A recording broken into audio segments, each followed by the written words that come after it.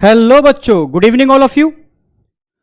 हमारा टॉपिक चल रहा था बेटा ह्यूमन रिप्रोडक्शन, जिसमें एक पार्ट हमारा फिनिश हो चुका है, मेल रिप्रोडक्टिव सिस्टम। तो बेटा मुझे लगता नहीं है यहां तक किसी को कोई डाउट होना चाहिए। हेलो, गुड इवनिंग बेटा, good evening, good evening, good evening. Okay, बहुत सही बेटा, गुड इवनिंग बेटा, hello, good evening, good evening. ठीक बेटा, स्टार्ट करते हैं। ठीक है, मेल वाला पार्ट हमारा एकदम फिनिश हो चुका है। कोई भी डाउट हो, मैं एक बार रिवीजन तो लास्ट में कराऊंगा, एक रिवीजन क्लास लूंगा, टोटली कंपाइल करा दूंगा। फिर भी लास्ट क्लास का रिवीजन करते हैं, then again female reproductive system आज स्टार्ट करते हैं। ठीक है, तो लास्ट क्लास में हमने क्या बात की थी, एक बार क्विक रिवीजन, पूरा ध्यान रिवीजन वाले पार्ट पे एकदम फोकस करना, जिससे कोई भी चीज कहीं रह गई हो आपकी दिमाग में वो एकदम क्लियर हो जाएगी। तो लास्ट में कल जो लास्ट क्लास थी, दो बातें बताई थी मेल रिप्रोडक्टिव सिस्टम में। ठीक है, एक तो स्पर्मेटोजेनेसिस की बात की थी और एसेसरी ग्लैंड्स की बात की थी। तो मेल सेक्स एसेसरी ग्लैंड बेटा 3 होते हैं, जिसमें 2 तो पेयर में होते हैं और 1 सिंगल होती है। पहले पता होना चाहिए सिंगल कौन सी ग्लैंड होती है, प्रोस्टेट। पेयर में कौन से होते हैं, नंबर 1 सेमिनल वेसाइकल और number 2 bulbo urethral. It is also called Cowper's gland. तो यहां तक एकदम क्लियर होगा, कोई डाउट नहीं होगा। मैंने कंपाइल कराया था, कंपाइल क्या कराया था, हमने बात की थी इधर बल्बो की, ठीक है, सॉरी, हमने बात की थी प्रोस्टेट की और सेमिनल की। हमने अब तो सबसे पहले हम बात करते हैं सेमिनल वेसाइकल।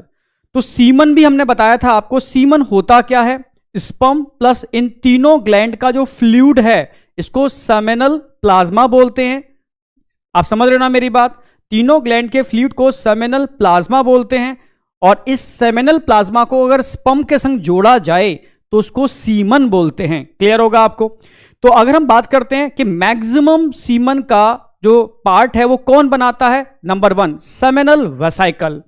भाई सेमिनल वेसाइकल मैक्सिमम पार्ट बनाने के लिए रिस्पॉन्सिबल थे। ठीक है, फिर हमने बात की थी बेटा, भाई मैक्सिमम सेमिनल वेसाइकल, नंबर 2 पर कौन आते हैं, आप बोलोगे प्रोस्टेट ग्लैंड। बल्बो यूरेथ्रल का पार्ट नेग्लिजिबल था, काउंटेबल नहीं था। ठीक है, बट जोड़ते हैं इसको इसके अंदर। ठीक है, रिमेनिंग जो पार्ट बचता है उसके अंदर कौन पार्ट पार्टिसिपेट करता है, आप बोलोगे स्पर्म प्लस स्पर्म फ्लूइड, जिसमें स्पर्म फ्लोट होकर के आते हैं।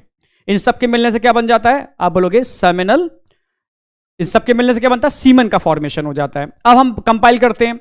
सबसे पहले हमने बात की सेमिनल वेसाइकल। ठीक है, मैक्सिमम पार्ट यही पार्टिसिपेट करते हैं। ठीक है, नंबर 2 हमने बात की, भाई अगर सेमिनल वेसाइकल की बात करते हैं तो उससे सेमिनल फ्लूइड निकलता है। सेमिनल फ्लूइड का कलर कैसा होता है, हमने कहा था येलो और विस्कस होता है। इसमें क्या क्या होता है बेटा, इसमें हमने नंबर 1 बात की थी फ्रक्टोज। रेप टेस्ट में फ्रक्टोज आइडेंटिफिकेशन किया जाता है, जो सेमिनल वेसाइकल का ध्यान रखना है, सेमिनल फ्लूइड का पार्ट है, नंबर 1। नंबर 2 प्रोस्टाग्लैंडिन हार्मोन, जो लोकल हार्मोन थे, ठीक है, जो स्मूथ मसल्स में कॉन्ट्रैक्शन कराते हैं।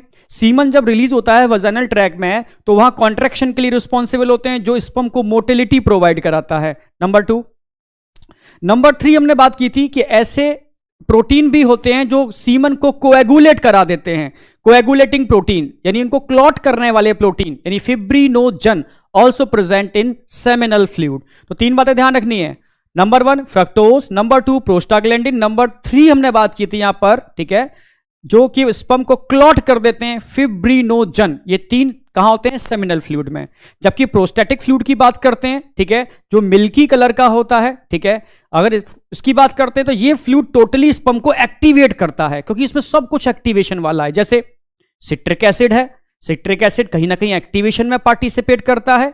क्यों, क्योंकि सिट्रिक एसिड कहीं ना कहीं क्रेब्स साइकिल का इंटरमीडिएट है, तो हेल्प करेगा।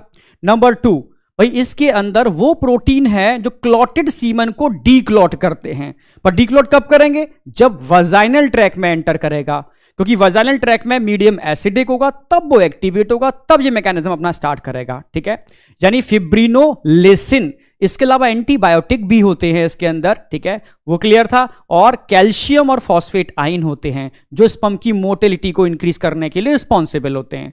तो कंपोजिशन एकदम क्लियर है दोनों की, याद भी हो गई होगी मुझे लगता है। बस मेरा एक ही पर्पस है, हर चीज टिप्स पर हो बेटा, टिप्स पर। ठीक है, हाँ बेटा वहां पर भी आ रहे हैं, ठीक है, तो यहां तक एकदम क्लियर था। फाइनली हम बाद में बात की थी बेटा बल्बो यूरेथ्रल। भाई 2 काम बताए थे हमने बल्बो यूरेथ्रल के, इनको काउपर्स भी बोलते हैं। यूरेथ्रा की पीएच को न्यूट्रलाइज करते हैं, क्योंकि स्पर्म को प्रोटेक्ट करने में ये हेल्प करती है। इसके अलावा ग्लैंस पेनिस के टिप को लुब्रिकेट करते हैं, ठीक है। बस दो बातें, ठीक है। फाइनली हमने बात की थी कि सीमन होता क्या है, वो हमने क्लियर कर दिया आपको। सिंगल इजैक्यूलेशन में कितने स्पर्म होते हैं, ये एनसीईआरटी के लिए डायरेक्टली पूछी आती है, 200 to 300 मिलियन पर इजैक्यूलेशन।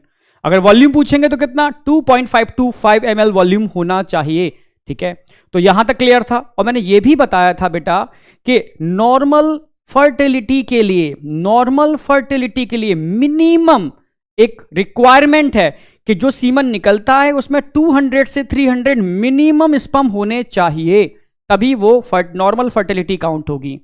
और उन 200 से